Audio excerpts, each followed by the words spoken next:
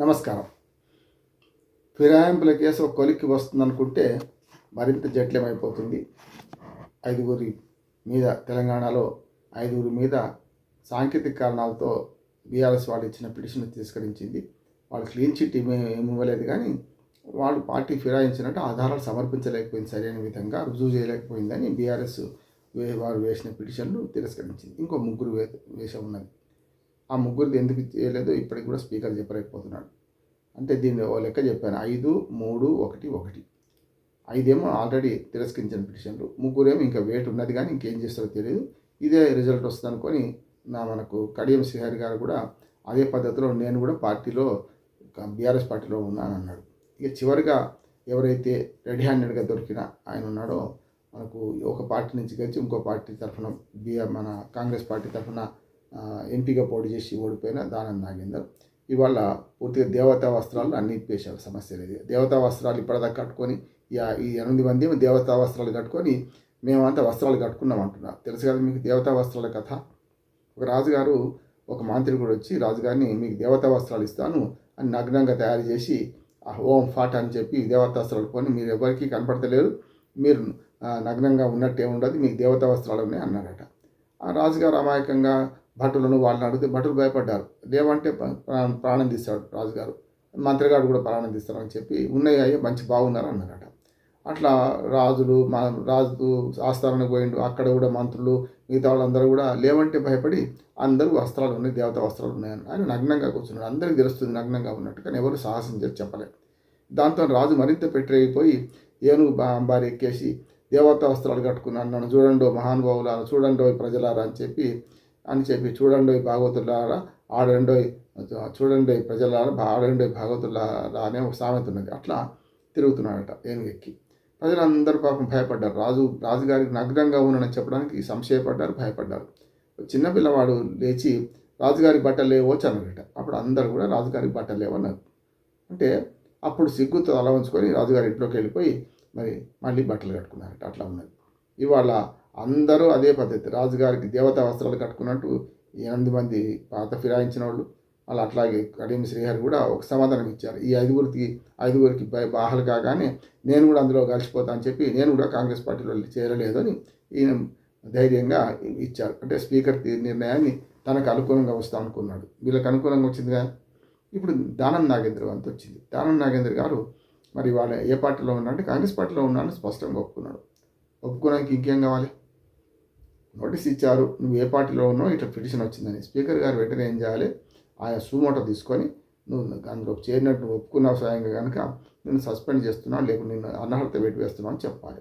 సరే, స్పీకర్ గారికి అంత ధైర్యం లేదు అనుకుందాం. మరి బీఆర్ఎస్ వాళ్ళు ఏం చేయాలి, వెంటనే అయ్యా ఇట్లా అన్నాడు, ఆయన పార్టీలో చేరినా అన్నాడు, సంగతి ఏందని వీళ్ళు ఫిర్యాదు ఇవ్వాలి. అంటే గమ్మత్తుగా ఉంది రాజకీయం అంతా కూడా. కోర్టులు కూడా అట్లాగే ఉన్నాయి. సుప్రీంకోర్టులో నిన్న కాక మొన్న అంటే 4 రోజుల క్రితం, ఒక వారం రోజుల క్రితం 19 తేదీ నాడు వాయిదా ఉండే. స్పీకర్ నువ్వు రేపు పొద్దున న్యూ ఇయర్ నాడు ఎక్కడ ఉంటావో తేల్చుకోమని చెప్పింది కోర్టు. కానీ న్యూ ఇయర్ నాడు ఎక్కడ ఉంటావో తేల్చుకోమని చెప్పి ఇవాళ న్యూ ఇయర్ తర్వాత 24వ తేదీకి వాయిదా వేసింది సుప్రీంకోర్టు. సరే, మీకు వీలు కాకపోవచ్చు, కానీ ఆ రోజు మీరు ఏదైతే స్పీకర్ మీద మెడ మీద కత్తి పెట్టారు కదా, మరి స్పీకర్ని పిలవాలి కదా. ఆ రోజు మీరు ఏం చేశారు, కోర్టు ధిక్కార పిటిషన్ కదా. అంటే కోర్టు ధిక్కార పిటిషన్ ఇట్లా వాయిదాలు వేసుకుంటూ పోతే మరి మంచిగానే ఉంటుందా?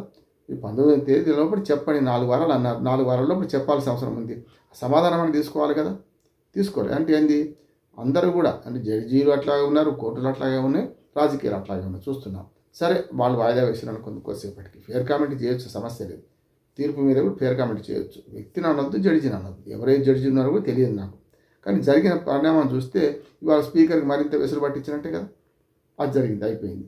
కానీ ఇప్పుడు మన దానం నాగేంద్ర గారు బయటపడ్డారు కదా. మరి ఆయన ఏ పార్టీలో ఉన్నట్టు అంటే కాంగ్రెస్ పార్టీలో ఉన్నారు. నేను ఏ పార్టీలో ఉంటే ఆ పార్టీ గెలుస్తుంది అంటాడు ఆయన. శుద్ధ అబద్ధాలు కదా. 2004 కంటే ముందు ఆయన కాంగ్రెస్ పార్టీ, 2004 కంటే ముందు ఎన్నికలు వచ్చినప్పుడు ఈ లాభం లేదు, తెలుగుదేశం మళ్ళీసారి గెలిచినట్టుంది, 1995 వాళ్ళే గెలిచిండ్రు, 2001 వాళ్ళే గెలిచిండ్రు, 2004 కూడా వాళ్ళే, 99లో వాళ్ళే గెలిచిండ్రు, 2004లో టీడీపీ గెలుస్తాను దాంతో ఆయన ఏం చేశాడు, టీడీపీలోకి ఫిరాయించారు. ఆనాడు ఆసిఫ్ నగర్ నియోజకవర్గం నుంచి టీడీపీ తరఫున పోటీ చేశారు, నాగేంద్ర గెలిచారు. కానీ నాగేందర్ గారు గెలిచారు. కానీ ఆయన ఆయన మనం ఆయన ఫిరాయించిన తెలుగుదేశం గెలవలే, అధికారంలోకి రాలే, కాంగ్రెస్ అధికారంలోకి వచ్చింది. రాజశేఖర రెడ్డి గారు ముఖ్యమంత్రి అయ్యారు. చూశాం కదా మన ఆనాడు. మరి 2004లో నేను ఏ పార్టీలో ఉంటే ఆ పార్టీ గెలుస్తుంది అన్నాడు కదా. నువ్వు ఏ పార్టీలో ఉన్నావు? తెలుగుదేశంలో ఉన్నావు. గెలిచింది ఏ పార్టీ? కాంగ్రెస్ పార్టీ. మళ్ళీ ఫిరాయించి అప్పటికి కొంచెం నైతికత ఉంది. ఆయన శత్రువు కాదు, నేను ఉదాహరణ చెప్తున్నా. ఆయన వాడు వినాయకులతో ఏమన్నారు, నేను ఏ పార్టీలో ఉంటే ఆ పార్టీలో గెలుస్తుంది అన్నాడు కదా. ఆ పార్టీ గెలవలేదు, మొట్టమొదటి ఉదాహరణ చెప్తున్నాను. తర్వాత మీరు కొంచెం నైతికత ఉంది కనుక ఆనాడు ఏం చేశారంటే తెలుగుదేశం పార్టీకి మళ్ళీ రాజీనామా చేసి, ఎమ్మెల్యే పదవికి రాజీనామా చేసి కాంగ్రెస్ తరఫున మళ్ళీ పోటీ చేశారు. 6 నెలల్లో ఒకటి ఎన్నికలు వస్తే అప్పుడేమైంది? ఓడగొట్టారు ప్రజలు. అంటే నిన్నటిదాకా తెలుగుదేశం ఉన్న బిడ్డ ఇవాళ కాంగ్రెస్ అంటున్నావు, అధికారంలో ఏ పార్టీ వస్తే ఆ పార్టీకి మారుతావా నువ్వు, సంగతి ఏందని కరువు కాల్చి వాత పెట్టారు. అయిపోయింది. కేల్కతన్ దుకాణం బంద్. ఆ తర్వాత ఎగుడుదొగుడులు ఆయన జీవితంలో చాలా జరిగినాయి. మొన్న ఎందుకు మర్చిపోయినారు నాగేంద్ర గారు? మొన్న ఏమైంది చూసినాం కదా. 2023లో నువ్వు ఏ పార్టీ తరఫున గెలిచినావు? బీఆర్ఎస్ తరఫున గెలిచినావు. బీఆర్ఎస్ బీఫామ్ తీసుకొని గెలిచినావు. కానీ పార్టీ ఏది అధికారంలోకి వచ్చింది? నువ్వు ఏ పార్టీలో ఉంటే అధికారం రావాలి కదా. మరి బీఆర్ఎస్ పార్టీ అధికారంలో రావాలి కదా. అంతకుముందు నువ్వు కాంగ్రెస్ పార్టీ, ఆ తర్వాత బీఆర్ఎస్లోకి వచ్చినావు. బీఆర్ఎస్ పార్టీ తరఫున మరి గెలవాలి కదా, గెలిచినావు. కానీ కాంగ్రెస్ పార్టీ అధికారంలోకి వచ్చింది కదా. మరి నువ్వే పార్టీలో ఉంటే ఆ పార్టీ గెలిచినట్ట ఓడినట్ట పోయింది కదా. రెండోది, మొన్న మరి కాంగ్రెస్ పార్టీ అధికారంలో ఉంది, ఎంపీగా పోటీ చేసినావు. మరి ఎంపీగా నువ్వు గెలిచినావా? అధికారంలో ఏ పార్టీ ఉంటే ఆ పార్టీ గెలుస్తుంది అన్నారు కదా. మరి నువ్వు గెలలే కదా, కాంగ్రెస్ పార్టీ గెలలే కదా. అంటే నీ మాట నీకే అప్పచెప్తున్నారు ప్రజలు అంటున్నాను. అంటే నీ తప్పు మాటలు అంటున్నాను. రెండోది ఏంటంటే ఇప్పుడు ఈయనేమో కాంగ్రెస్ పార్టీలో ఉన్నారంటున్నాడు. అటుపక్క మహేష్ కుమార్ గౌడ్ గారు పిసిసి తెలంగాణ రాష్ట్ర అధ్యక్షుడు, ఆయన ఏమంటున్నాడు? సాంకేతికంగా చూస్తే వాడు బీఆర్ఎస్ పార్టీలో ఉన్నట్టు మాకు మద్దతు మాత్రం మాకు ఇస్తున్నారు అంటారు. అంటే నువ్వు గేట్ కాడ నిలబడ్డావు, కాంగ్రెస్ గేట్ కాడ నిలబడితే వాడు లోపల రాణిస్తలేడు, వీళ్ళు వెనక కోనిస్తలేడు. చూస్తున్నారు కదా. బీఆర్ఎస్లో లేదు, కాంగ్రెస్లో లేదు. అంటే నా ఘర్కా నా ఘాట్కా, ఈ 10 మంది ఎమ్మెల్యేల పరిస్థితి ఏంటంటే నా ఘర్కా నా ఘాట్కా. అటు స్వర్గానికి లేదు, నేల మీద లేదు, త్రిశంకు స్వర్గంలో ఉన్నట్టు మనకు అర్థమవుతుంది. అందుకనే చాలాసార్లు ఈ లాజిక్ ఎట్లా మిస్ అయినావు బాజిరెడ్డి అని ఒక సినిమాలో, మహేష్ బాబు సినిమాలో అంటాడు. అట్లానే ఇప్పుడు ఈ 5,000 రూపాయలు వీళ్ళ ప్రాణ సంకటం అయిపోయింది. ఇవాళ తీర్పు వ్యతిరేకంగా రావడానికి 5,000 రూపాయలు ప్రతి నెల ఈ బీఆర్ఎస్ ఎమ్మెల్యేల దగ్గర నుంచి ఆటోమేటిక్ కట్ అయ్యి బ్యాంకుల నుంచి వాళ్ళ జీతాల నుంచి బీఆర్ఎస్ పార్టీకి పోయినాయి. అది వచ్చింది కదా ఇప్పుడు సంకటం. మీరు 5,000 రూపాయలు తీసుకుంటున్నారు కానీ మీ పార్టీ సభ్యులే అని వాళ్ళ స్పీకర్ తీర్పు ఇచ్చాడు. అది స్పీకర్ తీర్పు కూడా అనొద్దు, దాన్ని ఏమంటారంటే ట్రిబ్యునల్ తీర్పు. స్పీకర్ అనేవాడు అక్కడ ట్రిబ్యునల్గా కూర్చున్నాడు, లేకపోతే స్పీకర్కి ఇమ్యూనిటీ వేరే ఉంటుంది. కనుక ఇవన్నీ చూస్తే మనకు అర్థమవుతుంది ఏంటంటే దానం నాగేందర్ గారు ఇప్పుడు బయటపడ్డాడు. ఒకవేళ నిజంగానే రాజీనామా చేస్తే కూడా సరే, ఆయన డిమాండ్లు పెడుతున్నారు, నాకు ఎంపీ ఇస్తారా లేకపోతే నాకు ఎమ్మెల్సీ ఇచ్చి మంత్రి పదవి ఇస్తారా అంటున్నాడట. అసలు ఇచ్చిన ఎమ్మెల్సీలే దిక్కులేదు. కోదండ రామ్ గారు త్రిశంకు స్వర్గంలో ఉన్నారు, అటుపక్క అజరుద్దీన్ త్రిశంకు స్వర్గంలో ఉన్నారు. వాళ్ళిద్దరికి ఎమ్మెల్సీ పదవులు వచ్చినాయి. ఒక ఆయన మంత్రి అయ్యిండు, ఒక ఆయన మంత్రి గారు, ఎంత తేడా. వీళ్ళ ప్రమాణ స్వీకారాలు ఇంకా సరిగ్గా జరగలేదు. జరిగినా కూడా లెక్కకు వస్తే లేకపోతే రేపు పొద్దున కోర్టు పరిధిలో ఉంటే ఏం చేస్తుందో తెలియదు. ముచ్చట చూస్తున్నాం మనం. ఇవన్నీ చూస్తున్న అర్థమైంది ఏంటంటే తప్పిదం మీద తప్పు కాంగ్రెస్ పార్టీ చేస్తున్నది, ఒకరి వెనుక ఒకటి. దానికి చేర్చుకున్నాడు కూడా ఒక ఉదాహరణ అంటున్నాడు.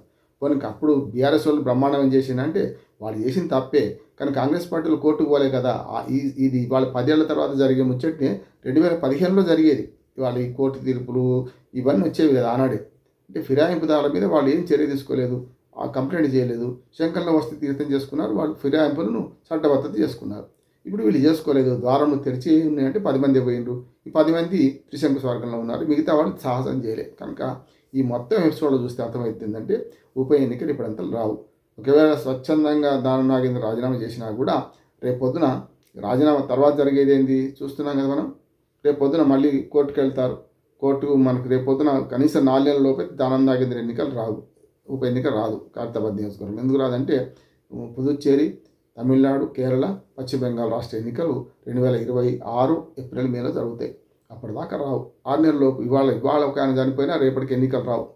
రేపు ఖచ్చితంగా 4-5 నెలల తర్వాతనే వస్తాయి. 6 నెలల లోపు ఎన్నికలు జరపాలి. కనుక దానం నాగేందర్ ఒక్కరే మాత్రమే ఏది పట్టుబడ్డ దొంగలాగా మిగిలిపోయిండ్రు.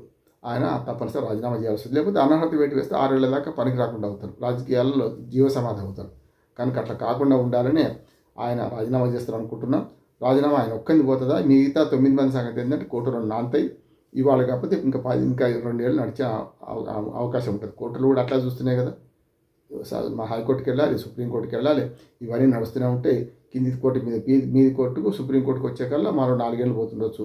ఉన్నది 3 ఏళ్ల పదవి కాలం. కనుక వీటిలాగే నడుస్తాయి అనుకుందాం. చూద్దాం ఏం జరుగుతుందో. మొత్తం మీద మాత్రం ఈ ఫిరాయింపుల ప్రహసనం రావణ కష్టంలాగా రగులుతూనే ఉంది. అందుకని దానం నాగేందర్ ఒక్కరు మాత్రం ఇవాళ బయటపడ్డారు. దాన్ని కూడా కాంగ్రెస్ పార్టీ ఎట్లా మలుపు తిప్పుతుందో చూద్దాం.